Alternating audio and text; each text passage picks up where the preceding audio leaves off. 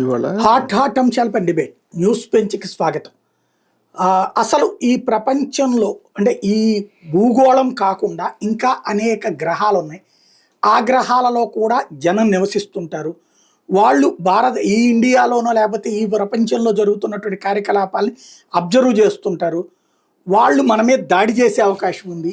అదే సందర్భంలో వాళ్ళు ఈ భూగోళాన్ని నాశనం చేసే అవకాశం ఉంది. ఇలాంటి కాన్సెప్ట్ అందుకని అట్లాగ వచ్చిన వాళ్ళని అమెరికా వాళ్ళు అడ్డుకున్నారు.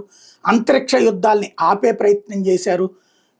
భూగోళాన్ని కాపాడారు లాంటి బోలెడన్ని స్టోరీలు హాలీవుడ్లో బాలీవుడ్లో తీసినటువంటి బాలీవుడ్లో ఏమని కాదు హాలీవుడ్లో బోల్డ్ సినిమాలు తీశారు. పెద్ద పెద్ద కథలు అనేక పత్రికల్లో వార్తలు బోలెడు కథనాలు చూసాం. అయితే ఇదంతా హంబక్ అంటోంది వాల్ స్ట్రీట్ జర్నల్.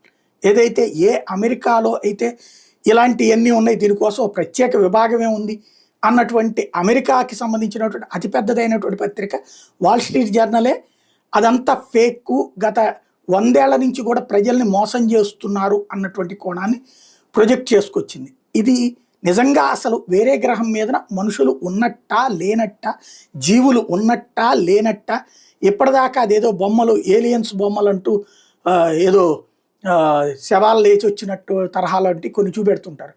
అవన్నీ నిజమా కాదా అన్నటువంటి దానికి నిజం అన్నటువంటిది ఇప్పటిదాకా అనుకున్నది. ఇప్పుడు అది కాదు అన్నటువంటి వాల్ స్ట్రీట్ జర్నల్ చెప్పుకొస్తున్నటువంటిది. అసలు గ్రహాంతరవాసులు ఉన్నట్టా లేనట్టా అంశానికి గురించి మాట్లాడేందుకు ప్రస్తుతం మనతో పాటు ఉన్నారు నాసా ఇస్రో మాజీ శాస్త్రవేత్త చందు సాంబశివరావు గారు. నమస్తే. నమస్కారం. గ్రహాంతరవాసులు ఉన్నట్టా లేనట్టా? ఉండటానికి పాసిబిలిటీ ఉంది, కానీ ఉన్నట్టుగా రుజువైతే ఎవరికి లేదు. అంతవరకు అయితే I think wall street journal వాళ్ళని కూడా మనం సబ్స్టాన్షియేట్ చేయొచ్చు. ఉండటానికి అవకాశం ఉందా అనే క్వశ్చన్ మనం చూస్తే, అంటే బేసిక్గా లైఫ్ వాళ్ళు మనలాగా ఉంటారా వేరే రకంగా ఉంటారనేది సెకండరీ. లైఫ్ భూమి మీద ఉందని మనకు తెలుసు. సోలార్ సిస్టంలో ఇంకా ఏ గ్రహం మీద కూడా ఉందో లేదో డౌటు. మనకి చంద్రుడికి ఒక ధ్రువం దగ్గర ఏదో వాటర్ ఉందని, మార్స్ మీద ఒకప్పుడు వాటర్ ఉండేదని, అంగారకుడి మీద అలాంటి స్టడీస్ మనం చూస్తున్నామే, కానీ అక్కడ నిజంగా లైఫ్ ఉన్నట్టుగా ప్రూఫ్ ఏమీ లేదు యాజ్ ఆఫ్ టుడే. ఒకప్పుడు ఉండి ఇప్పుడు లేదా అన్నది కూడా డౌటే. ఈ ఒక్క విషయం మీద చూస్తే సాయి గారు, ఎందుకు నేను పాసిబిలిటీ ఉంది అంటున్నానంటే, ఇట్ ఈస్ త్రూ ఎక్స్ట్రాపులేషన్. అంటే మనకు తెలిసిన దాన్ని ఎక్స్ట్రాపులేట్ చేసుకుని ఊహించుకోవటమే. ఆ ప్రాబబిలిటీని గురించి మాట్లాడుతున్నాం మనం, ఆ సాధ్యాసాధ్యాల గురించి మాట్లాడుతున్నాం. అది ఉందా లేదనేది ప్రూఫ్ లేదు.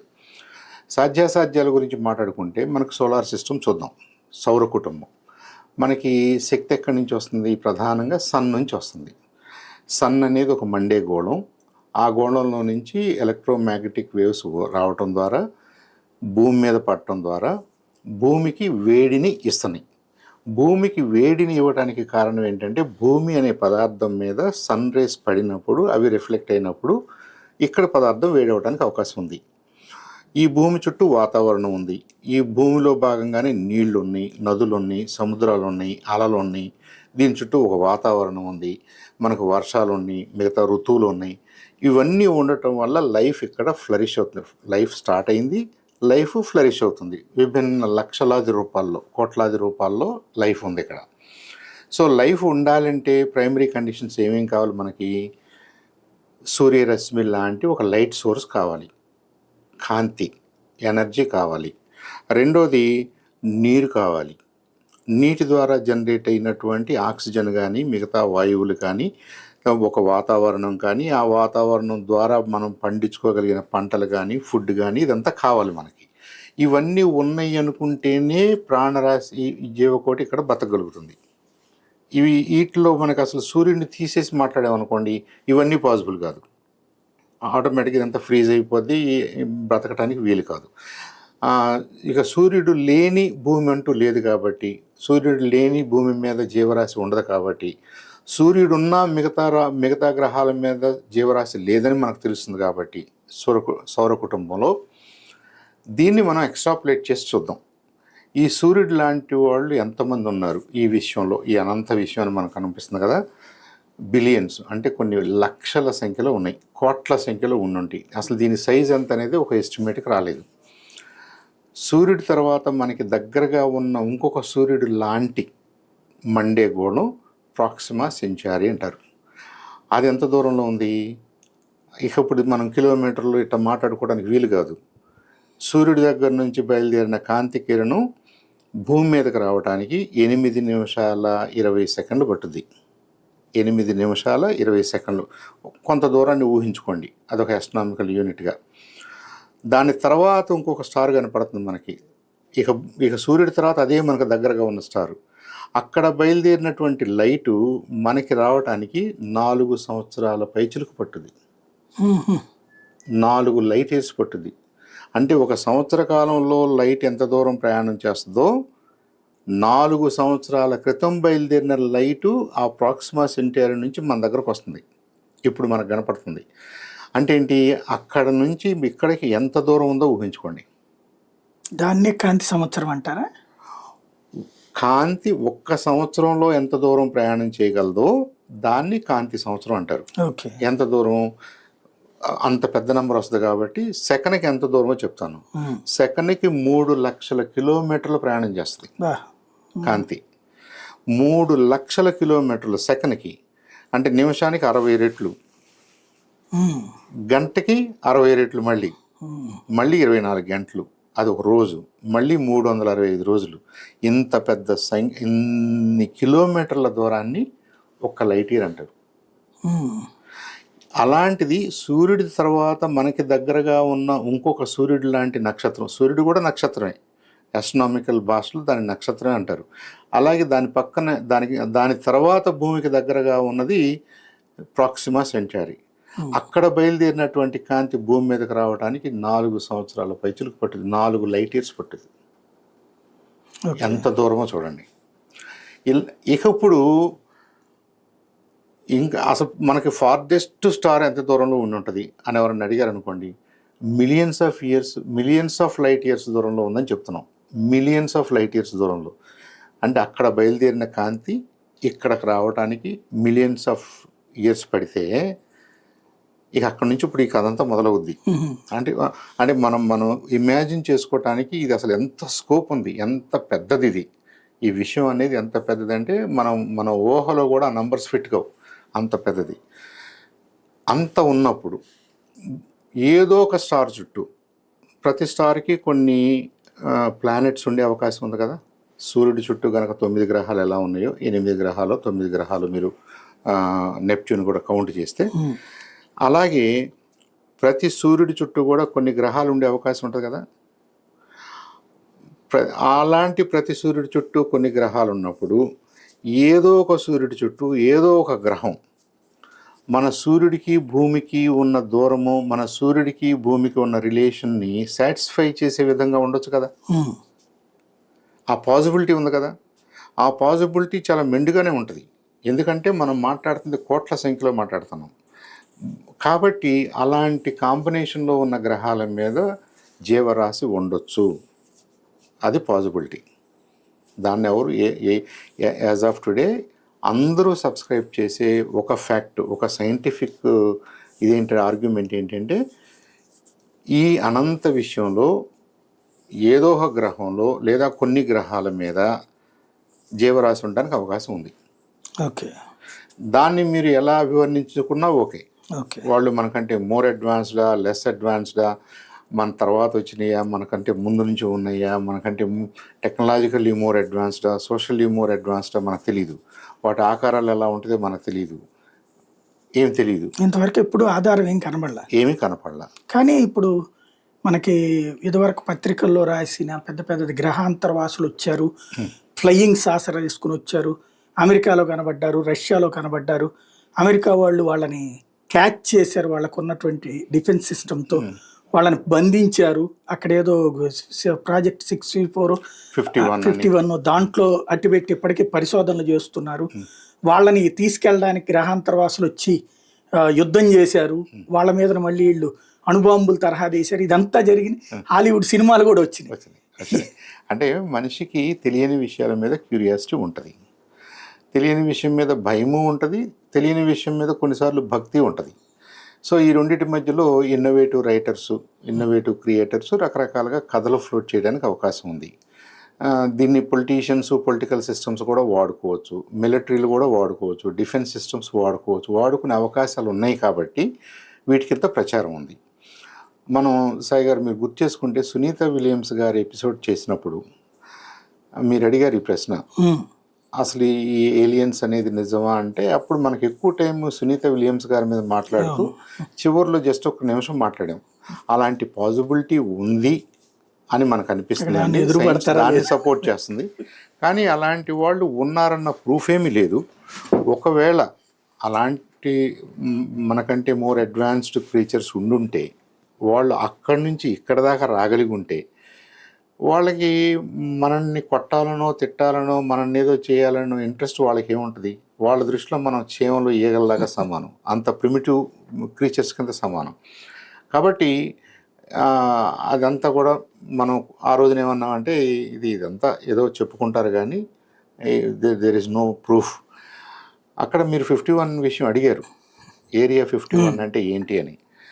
యునైటెడ్ స్టేట్స్లో air force is an important ఒక విభాగం మిలిటరీలో. ఎయిర్ ఫోర్స్ వాళ్ళు చాలా ఇన్నోవేటివ్ టెక్నాలజీస్ డెవలప్ చేస్తారు. వాళ్ళ సపోర్ట్తో యూనివర్సిటీస్ చేస్తాయి, కంపెనీలు చేస్తాయి, వాళ్ళు చేస్తారు.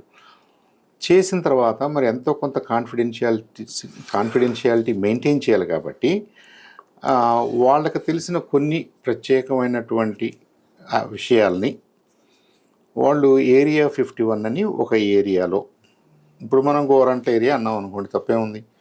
ఇక్కడ మనకు మనుషులు ఉన్నారు కాబట్టి గ్రామం అంటున్నాం. అక్కడ నవాడా మోస్ట్లీ డిజర్ట్, అది ఎడారి. అక్కడ ఏం చేస్తారంటే వాళ్ళు ఒక ఏరియాని, పెద్ద ఏరియాని వాళ్ళు ఎయిర్ ఫోర్స్ వాళ్ళు వాడుకుని మనలాంటి వాళ్ళని వెళ్ళనివ్వరు, విజిటర్స్ని వెళ్ళనివ్వరు. ఓన్లీ సీక్రెట్ క్లియరెన్స్ ఉన్న వాళ్ళని, హై సెక్యూరిటీ క్లియరెన్స్ ఉన్న ఆఫీసర్స్ వరకు వెళ్తారు. వాళ్ళకి యాక్సెస్ ఉంటుంది, సైంటిస్ట్ ఉంటారు, ఇంజనీర్లు ఉంటారు, అందరూ ఉంటారు. దానికి దగ్గరలోనే వాడటానికి వీల్లేని ఎక్సెస్ సంఖ్యలో ఉన్నటువంటి విమానాలను కూడా పార్క్ చేస్తారు నవాడాలోనే. అక్కడికి వెళ్తే మీకు కొన్ని వేల విమానాలు అట్ట పెట్టుంటాయి. ఎందుకని? వాటిని అద్దెకు తీసుకునే వాళ్ళు లేక, ఆ హోల్డింగ్ కంపెనీస్ వాటిని ఏం చేయాలో తెలియక అక్కడ పెడతారనమాట. ఎయిర్పోర్ట్స్లో పెట్టాలంటే ఫీజు కట్టాలి కాబట్టి ఆ జనరల్ పార్కింగ్ లాగా పెట్టుకుంటారు. సో నవాడా ఈ రెండింటికి పాపులర్. ఆఫ్ కోర్స్ గ్యాంబ్లింగ్కి, కేసినోస్కి, వాటికి కూడా పాపులరే. లాస్ వేగాస్ అంటాం. ఈ ఏరియా 51లో ఏం జరుగుద్ది అనేది మిస్టరీ. ఎందుకని? అది క్లాసిఫైడ్ ఏరియా, ఎవరు పడితే వాళ్ళు వెళ్ళడానికి లేదు. ఓన్లీ స్పెసిఫిక్ క్లియరెన్స్ ఉన్నవాళ్ళు ఎయిర్ ఫోర్స్ ఆఫీసర్స్ వరకే వెళ్తారు. సో వాళ్ళు ఏం చేస్తారు, వాళ్ళు ఏ విషయాల మీద పరిశోధనలు చేస్తారు, అసలు వాళ్ళ దగ్గర ఏముంది అన్నది మనకు తెలియదు కదా. కన్వీనియంట్గా ఈ ఏలియన్ థియరీస్ డెవలప్ చేసే రైటర్సు ఆ ఏరియా 51 కూడా లింక్ పెట్టుకున్నారు. అయ్యో మీరు మా మాట నమ్మకపోతే ఏరియా 51లో ఈ అన్ఐడెంటిఫైడ్ ఆబ్జెక్ట్స్ లాంటివి, ఏలియన్స్ లాంటి వాళ్ళని పట్టుకుని అక్కడ పెట్టి వాళ్ళు పరిశోధనలు చేస్తున్నారు, అందుకే మామూలు వాళ్ళని అక్కడికి వెళ్ళనివ్వట్లేదు అన్నారు అనుకోండి. మరి కామన్ మ్యాన్ నమ్మాలి కదా, నమ్ముతారు కదా. అందులో పేపర్లు, టీవీలే చెప్పినాయి. మరి వాళ్ళకు కూడా ఇలాంటి కథలే ఫ్లోట్ అవుతున్నాయి. ఇక్కడ వాల్ స్ట్రీట్ జర్నల్ వాళ్ళ ఐడియా ఏంటంటే, నిన్న ఇదంతా ఒక ఫిక్షన్, ఎవరో ఊహాగానంలో నుంచి పుట్టిన కథలు. ఈ కథలకి మరి వాళ్ళు మూవీస్ తీస్తున్నారు. స్పీల్బర్గ్ లాంటి వాళ్ళు ఈటీ తీశారు, వరల్డ్ వైడ్గా చాలా పాపులర్ మూవీ అది, ద ఎక్స్ట్రా టెరెస్ట్రియల్ అని. అలాంటి మూవీస్ వచ్చినాయి కాబట్టి చాలామంది అది నిజం అనుకుంటారు. ఇలా పెద్ద తలకాయ ఉంటుంది, బ్లూ ఐస్ ఉంటాయి, ఏం జుట్టు ఉండదు, ఏదో రకరకాలుగా. మన విఠలాచారి గారు ఒక దెయ్యాన్ని క్రియేట్ చేశాడు, కొండకి తెల్లగొట్టు చుట్టేసి ఆ కొండ ఎగురుతూ ఉంటుంది, మనం అది దెయ్యం అనుకునేవాళ్ళం చిన్నప్పుడు. అలా వాళ్ళు ఏదో కొన్ని క్యారెక్టర్స్ క్రియేట్ చేశారు, దాన్ని ఈటీ అని నమ్మాం, అంటే ఊహించుకున్నాం, అలా ఉంటుందేమోనని ఊహించుకున్నాం. బట్ దాంట్లో నిజం ఉందా అంటే ప్రాబబ్లీ నాట్. అలా ఉండాల్సిన అవసరం లేదు, అది ఉందని కూడా మనం నమ్మాల్సిన అవసరం లేదు. ఎందుకని? ఇప్పుడు సూర్యుడి దగ్గర నుంచి ఇంత దూరం ఉంది కదా, మనం తిరిగి అసలు సూర్యుడి దగ్గరకు బయలుదేరి వెళ్ళాలనుకోండి, ఎన్నాళ్ళు పట్టుద్ది? మనకు తెలిసిన స్పీడ్స్, మనకు తెలిసిన ఈ మిసైల్స్ అనుకోండి, శాటిలైట్స్ అనుకోండి, ఫాస్టెస్ట్ మూవింగ్ ఆబ్జెక్ట్స్ మనం ఏదైతే క్రియేట్ చేస్తున్నామో వీటికి సంవత్సరాలు పెట్టేస్తుంది. మరి 8 నిమిషాల దూరంలోనే ఉంది సూర్యుడు. సూర్యుడి దగ్గర నుంచి కాంతి మనకి 8 నిమిషాలు 20 సెకండ్లు వస్తుంది. దగ్గరగా ఉన్న స్టార్ ఇది మనకి. మరి దాని పక్కన ఉన్నది, అక్కడ బయలుదేరిన లైట్ ఇక్కడికి రావాలంటే 4 సంవత్సరాల పైచులకు పడుతుందంటే మీరు అక్కడికి ఎప్పుడు బయలుదేరాలి, ఎప్పుడు వెళ్ళాలి, దాని చుట్టూ ఏం గ్రహాలు ఉన్నాయి, ఆ గ్రహాల మీదకి మీరు ఎప్పుడు చేరుకోవాలి.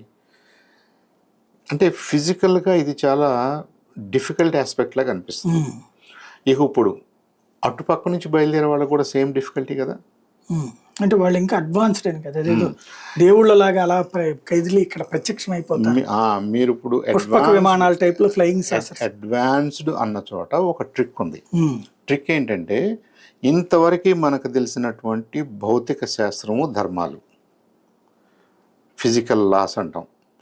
మనకి గురుత్వాకర్షణ శక్తి ఉందని తెలుసు, మనం పైకి ఎగరలేమని తెలుసు, ఎగిరితే కింద పడతామని తెలుసు. పైన ఎగరాలంటే శక్తి కావాలి, పక్షుల్లాగా, లేదంటే విమానం లాంటి దానికి శక్తి కావాలి, మిసైల్ లాంటి దానికి శక్తి కావాలి. ఆ శక్తి లేనప్పుడు కింద పడిపోద్ది. ఇది తప్పుకుని మీరు వెళ్ళాలంటే చాలా శక్తి ఉంటేనే వెళ్ళగలరు మీరు. ఇది ఫిజికల్ లా, ఫిజిక్స్, ఇది భౌతిక ధర్మం.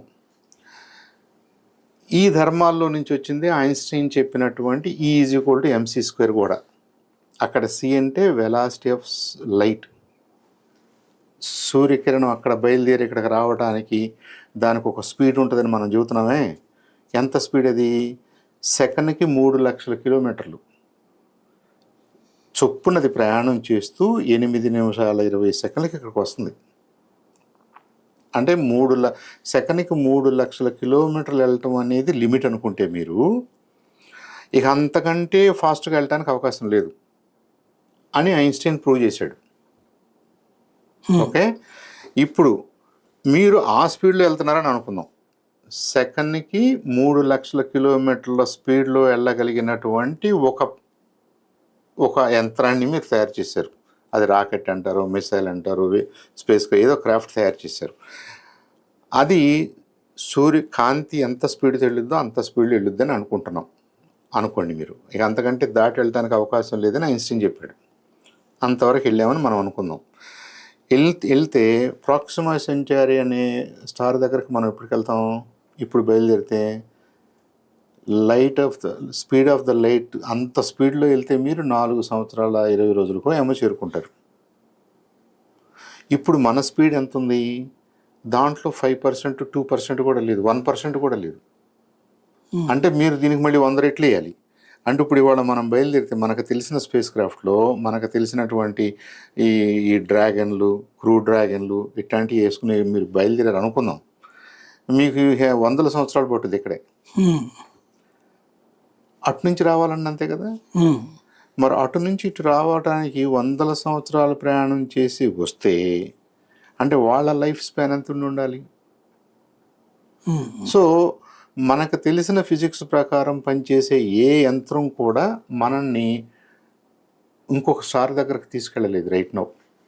ఓకే, రీజనబుల్ టైంలో. అంటే వాళ్ళు మనకి తెలియని ఫిజిక్స్ వాళ్ళకి ఏదో తెలిసి ఉండాలి.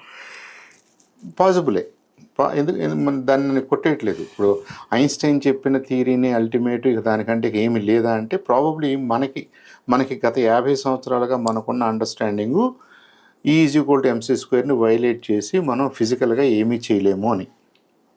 అంటే కాంతి స్పీడ్ కంటే ఎక్కువ స్పీడ్లో మనం వెళ్ళలేము అని. అది మనకు తెలిసిన ఫిజిక్స్, అది లిమిట్. అది ఒకవేళ అంతకంటే ఇంకేదన్నా మార్గం ఉందేమో ప్రస్తుతానికి మనకు తెలియదు. నేను దానికి కూడా కొంత అజంప్షన్ ఒప్పుకుంటున్నా. అలాంటిది ఏమైనా జరిగిందని అనుకుందాం. మనకు తెలియని ఫిజిక్స్, మనకు తెలియని ఫిజికల్ లాస్ ఉపయోగించి వాళ్ళు ఏదన్నా చేయగలిగితే ఇంత టైం తీసుకోకపోవచ్చు కదా. కాంతి వేగం కంటే కూడా ఇంకా ఫాస్ట్గా ట్రావెల్ చేయొచ్చేమో కదా.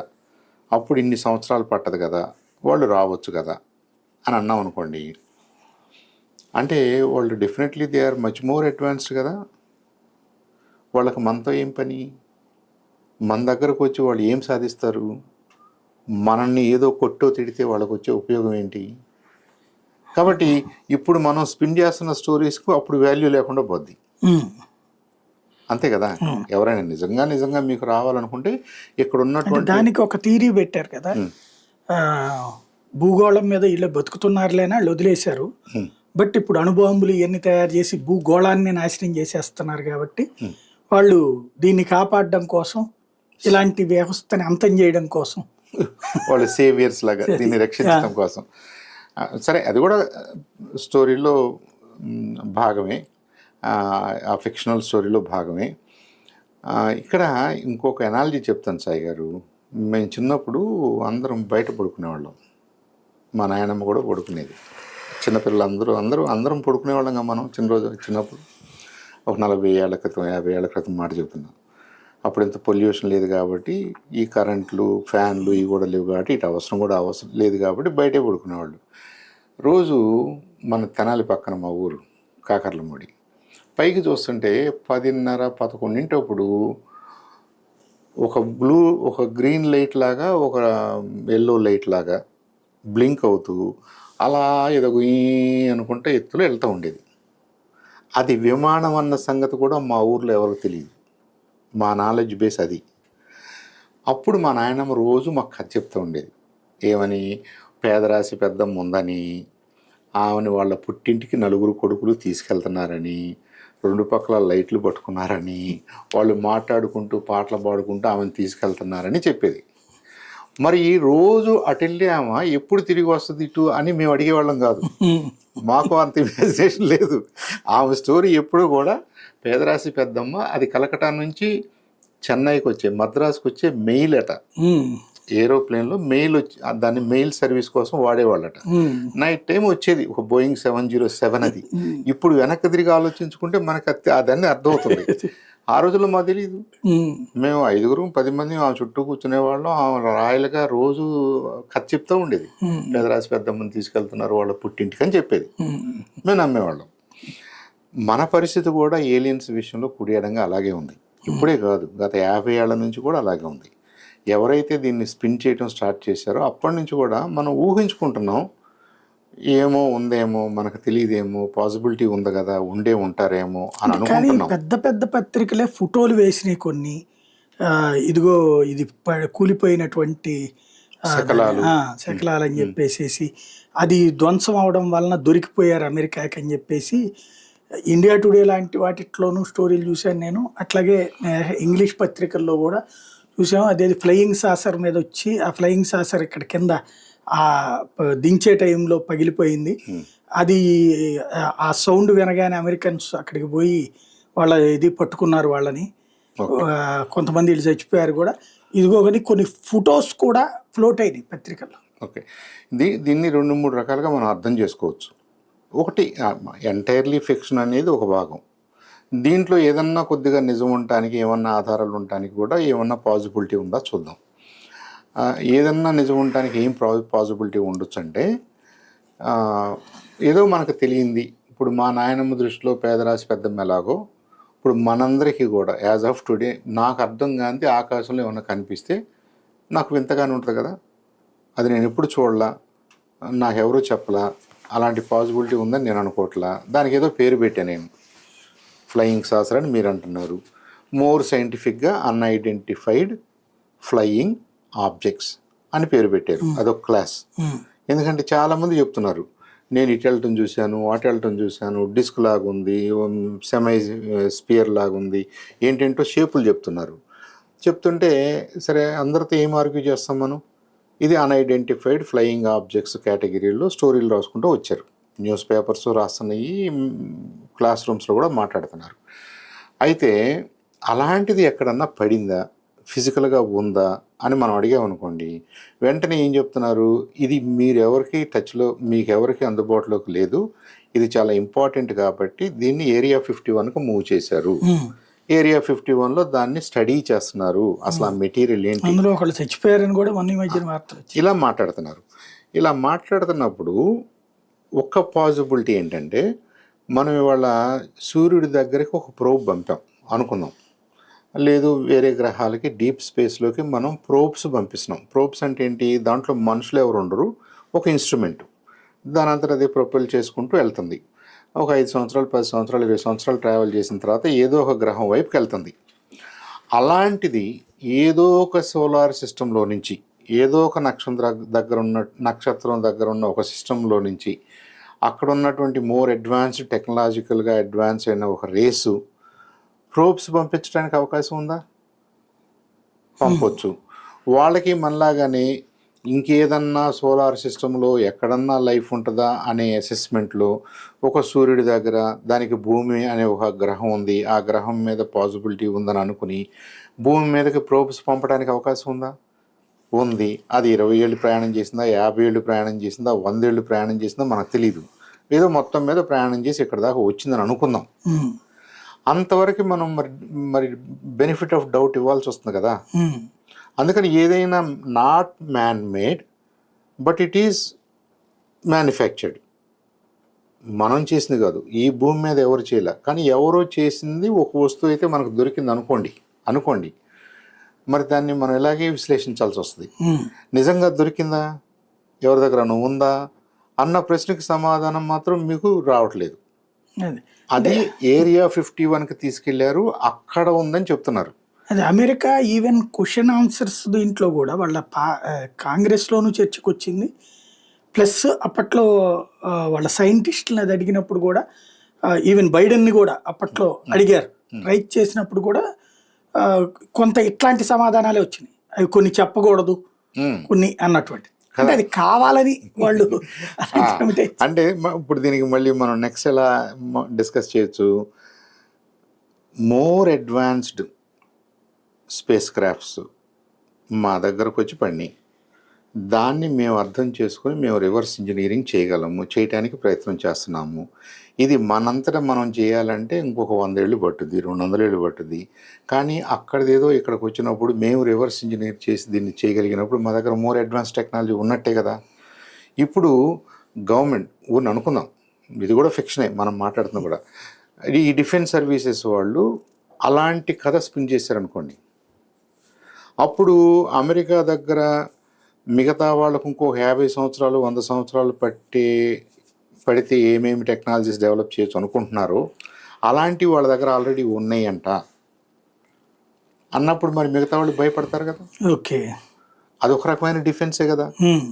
నా దగ్గర ఏముందో నేను చెప్పలేదు, కానీ నా దగ్గర చాలా అడ్వాన్స్డ్ టెక్నాలజీస్ ఉన్నాయి, దాని గురించి నేను అర్థం చేసుకుంటున్నాను, కొన్ని రివర్స్ ఇంజనీర్ చేశాను, నేను కొన్నిటిని వాడుకోగలుగుతున్నానని అన్నాను అనుకోండి మీతోటి, మీకు అనుమానం భయమేనా? అలాంటి గేమ్ ప్లే చేస్తున్నారు ఓకే అన్నది వాల్ స్ట్రీట్ జర్నల్ వాళ్ళ కాన్సెప్ట్.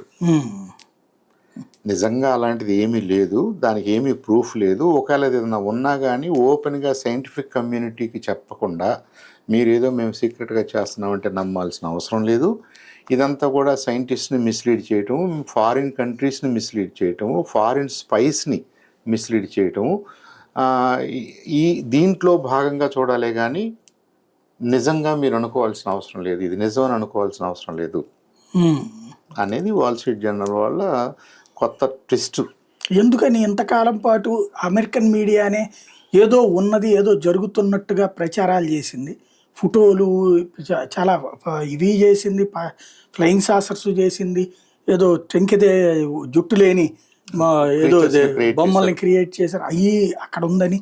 మొన్న ఈ మధ్యన అయితే ఎవరు చనిపోతే పాతి పెట్టారు, అది బయటికి తెలియకుండా అక్కడే 51లోనే పెట్టారు అన్నటువంటిది, ఇవన్నీ ప్రచారం చేస్తూ ప్లస్ ఈవెన్ హాలీవుడ్ సినిమాలకు కూడా స్ఫూర్తినిచ్చేసిన వాళ్ళు ఉన్నట్టుండి అదే అమెరికా ఏదో ఏ రష్యా వాడో రాస్తే అమెరికాకే సంబంధించిన మీడియా ఇట్లా రాయడానికి కారణం ఏమై ఉండొచ్చు. I don't know but I can take a guess. ఇప్పుడు మీడియా అనేది ఏ దేశంలోనైనా చాలా పవర్ఫుల్గానే తయారైంది. ఇప్పుడు ఉన్న ప్రభుత్వానికి ఫర్గాను, ఉన్న ప్రభుత్వానికి వ్యతిరేకంగాను నేను కథ స్పిన్ చేయాలనుకోండి, మీడియా చాలా ఎఫెక్టివ్గా స్పిన్ చేయగలదు. ఇప్పుడు America is not that great అని ఎవరన్నా చెప్పదలుచుకున్నారనుకోండి, అమెరికా దగ్గర అంత మోర్ అడ్వాన్స్డ్ సిస్టమ్స్ ఏమీ లేవు, ఏరియా 51లో అంతా ఏం జరగట్లేదు, ఏలియన్స్ యూఎఫ్ఓలు అంతా బోగస్ అని ఒక మీడియా ఛానల్ ప్రచారం స్టార్ట్ చేసింది అనుకోండి, మరి ఇన్నాళ్ళ నుంచి మనం భయపడుతున్నాం, మనం ఊహించుకుంటున్నాం యుఎస్ దగ్గర ఏదేదో ఉంది, యూఎఫ్ఓ ఇక్కడికి రావడమే చాలా కష్టమైన ఫినామినా అనుకుంటే, అది నిజంగా వచ్చిందనుకుంటే ఏదో గ్రహంలో నుంచి, దాన్ని పట్టుకుని దాంట్లో ఉన్నటువంటి ఇన్స్ట్రుమెంట్స్ని స్టడీ చేస్తూ దాని ఫిజికల్ కేపబిలిటీని స్టడీ చేస్తూ ఇంకా మీరు అర్థం చేసుకుంటున్నారంటే మీరు మాకంటే చాలా అడ్వాన్స్డ్ అని నేను అనుకుంటున్నాను. ఇప్పుడు అదేమీ లేదని మీరే చెబుతున్నారు అనుకోండి, లేదా మీ దేశంలో నుంచి ఇంకొకళ్ళు ఎవరు చెప్పారనుకోండి, now it leads to debunking of the story, అంతే కదా. అది వాల్ స్ట్రీట్ జర్నల్కి ఇప్పుడు దాని అవసరం ఏంటంటే, ఒకప్పుడు రాయాల్సిన అవసరం ఏమొచ్చింది వాళ్ళకి? వాళ్ళైతే చూడలేదు కదా, ఎవరో చెప్పింది రాశారు కదా. ఒక 50 ఏళ్ళుగా రాస్తూ వచ్చారు. 50 ఏళ్ళు కాదు, 1947 నుంచి బాగా ప్రచారంలో ఉన్నాయి.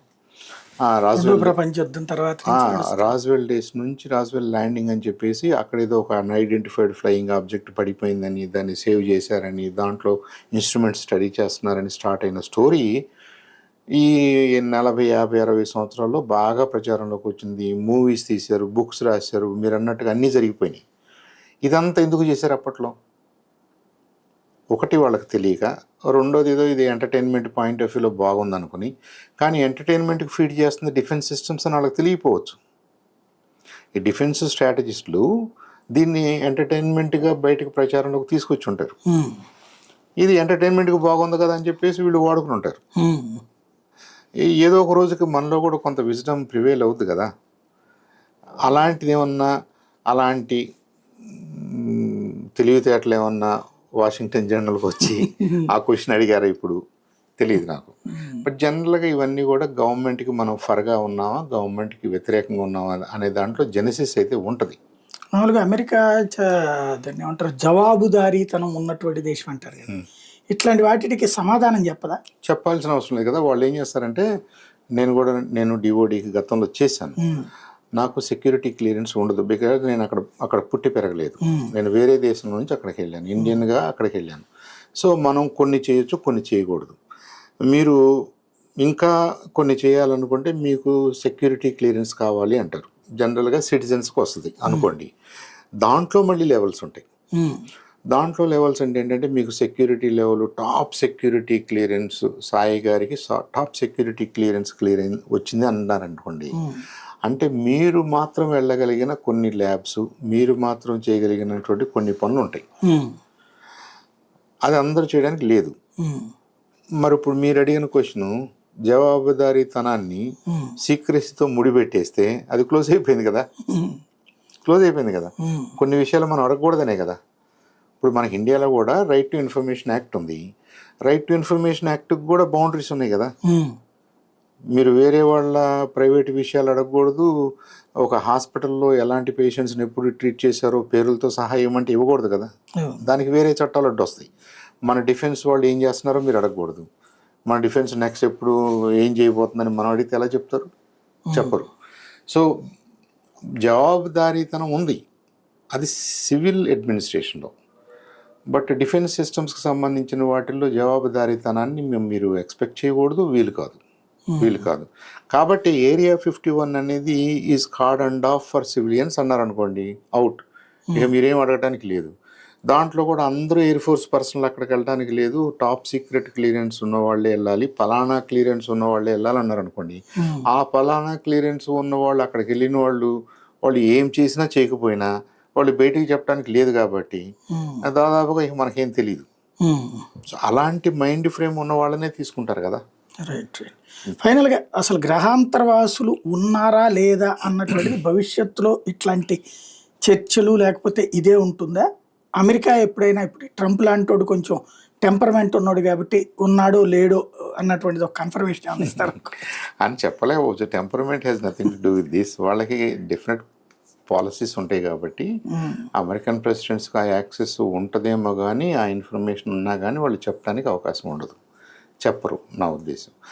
రెండోది, మనకి వేదిక్ టైమ్స్ నుంచి సైంటిఫిక్గా ఆలోచిస్తే ఒక థియరీ ఉంది సాయి, చాలా చాలా ఇంపార్టెంట్ థియరీ. అది ఇవాళ కూడా ప్లే చేస్తుంది. ఈ ఏలియన్స్ అని మనం ఎలా అనుకుంటున్నాము, అది ఒక ఫిక్షన్ అని మనం ఎలా అనుకుంటున్నాము, పాసిబిలిటీ ఉంది, నిజంగా ఉన్నారా లేరా, వచ్చారా లేరా అనేది తెలియదు. అదే థియరీ మనకు వేదిక్ టైమ్స్ నుంచి ఉంది. ఎలాంటి థియరీ అంటే, ఇప్పుడు సూర్యుడు ఉన్నాడు, దానికి కొంత దూరంలో భూమి ఉంది, భూమి చుట్టూ చంద్రుడు తిరుగుతున్నాడు, భూమికి కొంత దూరంలో. ఈ 3 గ్రహాలకి ఒక ఈక్వేషన్ డెవలప్ చేశారు మన వాళ్ళు. సూర్యుడి చుట్టూ మిగతా గ్రహాలు కూడా ఉన్నాయి కదా, వాటిలో లేనిది ఏంటి, భూమికి ఉందేంటి, ఏదో తేడా ఉండాలి కదా. ఏం కనుక్కున్నారంటే వాళ్ళు, సూర్యుడి సైజు డయామీటర్ తీసుకోండి, అడ్డంగా అది గోళాకారంగా ఉంటుంది అనుకుంటే డయామీటర్ తీసుకోండి వ్యాసాన్ని. దానికి 108 సార్లు వేస్తే మీకు ఎంత వస్తుందో సూర్యుడికి భూమికి ఉన్న దూరం అది అప్రాక్సిమేట్గా. ఇప్పుడు భూమి ఉంది, ఈ భూమికి చంద్రుడు ఉన్నాడు.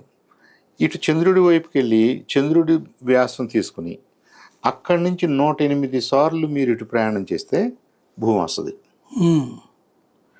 ఈ 108 అనేది ఒక సీక్రెట్, ఒక నంబరు. అది కోఇన్సిడెన్స్ అనుకోండి, వాళ్ళకి తెలుసా, వేదిక్ మ్యాథమెటిక్స్లో వాళ్ళు ఎట్లా ప్రూవ్ చేయగలిగారు, అది విజనా నాకు తెలియదు. బట్ 108 అనేది మాత్రం వాళ్ళు ఐడెంటిఫై చేశారు, వేదిక్ టైమ్స్ నుంచి ఐడెంటిఫై చేశారు. కాబట్టి వాళ్ళు ఏం చేశారు, ఆ 108 మనం పూజ చేసుకునే మాలల్లో 108 బీట్స్ ఉంటాయి. 108 108 108 అష్టోత్తర శతనామావళి అనే కాన్సెప్ట్ అంతా కూడా దాని చుట్టూనే తిరిగింది. దాని చుట్టూ తిరిగింది. సూర్యుడి డయామీటర్కి 108 అంటే సూర్యుడి పక్కన సూర్యుడు పేర్చుకుంటూ వస్తే మీరు 108 సూర్యుడిని పెట్టచ్చు. మనకి సూర్యుడికి మధ్యలో ఇంకో 107 పెట్టచ్చు. అంత దూరంలో భూమి ఉంది. కాబట్టి భూమికి సరిపోయిన మోతాదులో సూర్యరశ్మి అందుద్ది. మీరు దగ్గరగా ఉన్న దూరంగా ఉన్న ఎక్కువ తక్కువ అయిపోతుంది, జీవరాశిని సపోర్ట్ చేయదు. ఇక్కడ ఈ సూర్యరశ్మిలో నుంచి ఏమేమి వచ్చిందంటే దీనికి ఒక వాతావరణం క్రియేట్ అవ్వడానికి, వాటర్ క్రియేట్ అవ్వడానికి ఇదంతా జరిగింది అనుకుంటున్నాం కొన్ని లక్షల సంవత్సరాలుగా. ఇది ఇప్పుడు లైఫ్ని సపోర్ట్ చేయాలి అంటే ఇక్కడ వాతావరణం కూడా కరెక్ట్గా పనిచేయాలి. ఈ వాతావరణం ఏర్పడటం వేరు, దాన్ని మేనేజ్ చేయగలగటం వేరు. ఈ ఏర్పడిన వాతావరణాన్ని మేనేజ్ చేయగలగటానికి ఇంకొక చిన్న సెటిలైట్ కావాలి మనకి, అది చంద్రుడు. చంద్రుడు భూమి చుట్టూ తిరగటం వల్ల మన సముద్రాల్లో అలలు ఏర్పడుతున్నాయి, మనకి వర్షపాతం కలుగుతుంది, మనకి వాతావరణం స్టేబుల్గా ఉంటుంది, మనకి సీజన్స్ ఉన్నాయి. ఇవన్నీ ఉండటానికి కారణం చంద్రుడి పాత్ర ఉంది. అసలంటూ ఎనర్జీ సోర్స్గా సూర్యుడు ఉన్నాడు. సో ఈ ఈక్వేషన్లో, ఈ అనంత విషయంలో ఇంకేదన్నా స్టార్ ఉండి ఉంటుందా, ఏదన్నా ప్లానెట్ ఉండి ఉంటుందా, ఏదన్నా ఉపగ్రహం ఉండి ఉంటుంది అంటే ఉండటానికైతే పాసిబిలిటీ ఉంది కదా. అది ఎక్కడుందో మనకు తెలియదు, ఉండటానికి పాసిబిలిటీ ఉంది. సో అలాంటి గ్రహాల మీద ప్రాణరాశి ఉండటానికి అవకాశం ఉంది అనే అజంప్షన్ అయితే మాత్రం కరెక్ట్. అది దాన్ని ఎవరు డిస్ప్యూట్ చేయట్లా. అది వేదిక కాలం నుంచి మనాళ్ళు అదే ప్రపోజ్ చేస్తున్నారు. ఇప్పుడున్న సైన్స్ మనకు అదే కుడియడంగా నేర్పిస్తుంది. అయితే అలాంటి కాంబినేషన్ ఏ స్టార్ దగ్గర ఏ ప్లానెట్ మీద ఉందో మాత్రం ఇవాళ కూడా ఐడియా లేదు. ఒకవేళ మనకి మన టెలిస్కోప్స్ మన క్యాలిక్యులేషన్స్కి అందని దూరంలో నుంచి ఎవరైనా ఎక్కడైనా ఒక ప్లానెట్ మీద ఉన్నటువంటి అడ్వాన్స్డ్ క్రీచర్స్ మన దాకా ఒక ప్రోబును పంపగలగటము, వాళ్ళే రావటము జరిగినప్పుడు ఆబ్వియస్గా వాళ్ళు మనకంటే చాలా అడ్వాన్స్డ్గా ఉండాలి. రైట్. వాళ్ళ ఎవల్యూషన్లో వాళ్ళ ఏమంటారు ఆలోచన శక్తి అన్నీ మనకంటే ఎక్కువ ఉండాలి. వాళ్ళ షేప్ ఎట్లా ఉంటుందో మనకు తెలియదు. వాళ్ళు మనకంటే పెద్దగా ఉంటారా, చిన్నగా ఉంటారా, మనలాగా ఉంటారా, ఇంకేదన్నా క్రీచర్ లాగా ఉంటారా మనకు తెలియదు. సో ఏదన్నా కాబట్టి ఇంటెలిజెన్స్కి షేప్కి సంబంధం లేదు. ఇంటెలిజెన్స్కిను ఇప్పుడు మనుషులు ఇలా ఉంటేనే ఇంటెలిజెంట్గా ఉన్నట్టు. అందుకని ఏం చేశాడు స్పీల్బర్గ్ లాంటి వాళ్ళు ఇంకొక షేప్ ఇచ్చారు. లేదు ఈ స్టోరీస్ రాసిన వాళ్ళు కూడా రకరకాల షేప్స్ ఇచ్చారు, ఆ షేప్ ఫిక్స్ అయిపోయారు. ఎందుకు ఫిక్స్ అయిపోయారంటే మన విఠలాచార్య గారు దెయ్యం అనగానే తెల్ల బట్టలు చూపిస్తాడు, అది ఫిక్స్ అయ్యలేదా మనం మరొక చింపిరి జుట్టు తెల్లది. దాదాపుగా మరి 70-80 సంవత్సరాల నుంచి మన ప్రాంతం అంతా కూడా ఊహించుకుంటున్నాం. మీకు దెయ్యం అనే కాన్సెప్ట్ మీకు మనకు మనసులోకి రాగానే మన ఆలోచనలోకి తెల్లగా ఉంటుంది, ఇలా కొండలాగా ఉంటుంది, ఎగురుతా వెళ్తూ ఉంటుంది, అది కదా దెయ్యం. అలాగే మనకి రాక్షసుడు అన్నారు. రాక్షసుడు అనగానే ఏం చూపిస్తున్నారు, మనకి 2 కొమ్ములు చూపిస్తారు, పెద్ద పళ్ళు చూపిస్తారు, పెద్ద జుట్టు చూపిస్తారు అని ఎవరో ఒక ఆర్టిస్ట్ క్రియేట్ చేశాడు. సబ్సిక్వెంట్గా కొన్ని 100 సినిమాల్లో అదే చూపించారు, మనకి 100 స్టోరీల్లో అదే రాశారు. అలాగే ఈ ఈటీని కూడా ఎవరో ఒక ఆర్టిస్ట్ వేసిన బొమ్మని దాని మీదే కథ నడుస్తుంది. కాబట్టి ఇది మనం అనుకుంటున్న ఈటీ లాంటివి మన దగ్గరకు వచ్చి ఏదో చేసినాయి అనేది అయితే ఫిక్షన్. ఒక్కటి కూడా ప్రూవ్ కాదు. ప్రూఫ్ లేదు. ఓకే, ప్రూఫ్ లేదు. ఆ పాసిబిలిటీ ఉందా? డెఫినెట్గా ఉంది. రైట్. మనం వాళ్ళ దగ్గరికి వెళ్తామో వాళ్ళు మన దగ్గరకు వస్తారా, ఏది ముందు జరుగుద్ది ఏది వెనక జరుగుద్దో మనకు తెలియదు. కానీ ఇదంతా జరగాలి అంటే మనకు తెలిసిన మీ జనరలైజ్డ్ థియరీ ఆఫ్ రిలేటివిటీ ఏదైతే ఉందో, ఐన్స్టైన్ గారు మనకి ఏదైతే చెప్పాడో E=mc², దాన్నన్నా వైలేట్ చేసే, దాన్నన్నా అధిగమించగలిగే ఇంకొక భౌతిక సూత్రం మనకు తెలియాలి. సో ఇది కాదు, ఇది చెల్లదు, దీనికంటే ఇంకా వేరే పద్ధతి ఉంది. కాబట్టి మనం ఈ ఫిజికల్ లాస్, మనకు తెలిసిన లాస్కి విభిన్నంగా మనం చేయొచ్చు, ఇంకా ఫాస్ట్గా వెళ్ళొచ్చు, మనం ఇక్కడ హార్మ్ఫట్ అనుకుంటే అక్కడ తేలొచ్చు అనేది ఏదో ఉండొచ్చాం. రైట్. మనకు పురాణాల్లో చెప్తారు కదా, ఒక చోట అదృశ్యం అయ్యారు, ఒక చోట ప్రత్యక్షం అయ్యారని. దానికి థియరిటికల్ పాసిబిలిటీ ఉందని స్టీఫెన్ హాకింగ్ ఆర్టికల్స్ కూడా ఉంది. ఆయన ప్యారలల్ యూనివర్సెస్, ఒకేసారి మనం ఇదంతా ఒక యూనివర్స్ కాదు, మల్టిపుల్ యూనివర్సెస్, 4 యూనివర్సిటీలు యూనివర్సెస్, విషయాలు పరస్పరం ముడిపడిపోయి ఉండొచ్చు అనే థియరీ మరి అదృశ్యం అవటాన్ని కనపడటాన్ని సపోర్ట్ చేస్తున్నాయి. మీరు ఒక టైం స్కేల్లో నుంచి, ఒక పర్స్పెక్టివ్లో నుంచి ఇంకో పర్స్పెక్టివ్లోకి వెళ్ళిపోతే, ఒక డైమెన్షన్లో నుంచి ఇంకో డైమెన్షన్లోకి వెళ్ళిపోతే, ఈ డైమెన్షన్లో ఉన్న మనకు కనపడదు, మనం ఫీల్ అవ్వం, ఇక్కడ ఉందో లేదో మనకు తెలియదు. అలాంటివి ప్రూవ్ చేయటం కష్టం. రైట్. కానీ థియరిటికల్గా పాసిబిలిటీ ఉన్నటువంటి అంశాలు. UFOలు కూడా ప్రాక్టికల్గా ప్రూవ్ చేయటం కష్టం, బట్ థియరిటికల్గా పాసిబిలిటీ ఉన్నటువంటి అంశంగా చూడాలి మనం. రైట్. ఈ కోణంలో ఐ థింక్ మీరు అంటున్న ఈ వాల్ స్ట్రీట్ జర్నల్ ఆర్టికల్ ఏదైతే ఉందో, వాళ్ళేం సైంటిఫిక్ జర్నల్ కాదు అది, సైన్స్, నేచరు, డిస్కవరీను అలాంటి వాళ్ళు అంటే కొద్దిగా ఆ ఫోకస్తో చేస్తారు.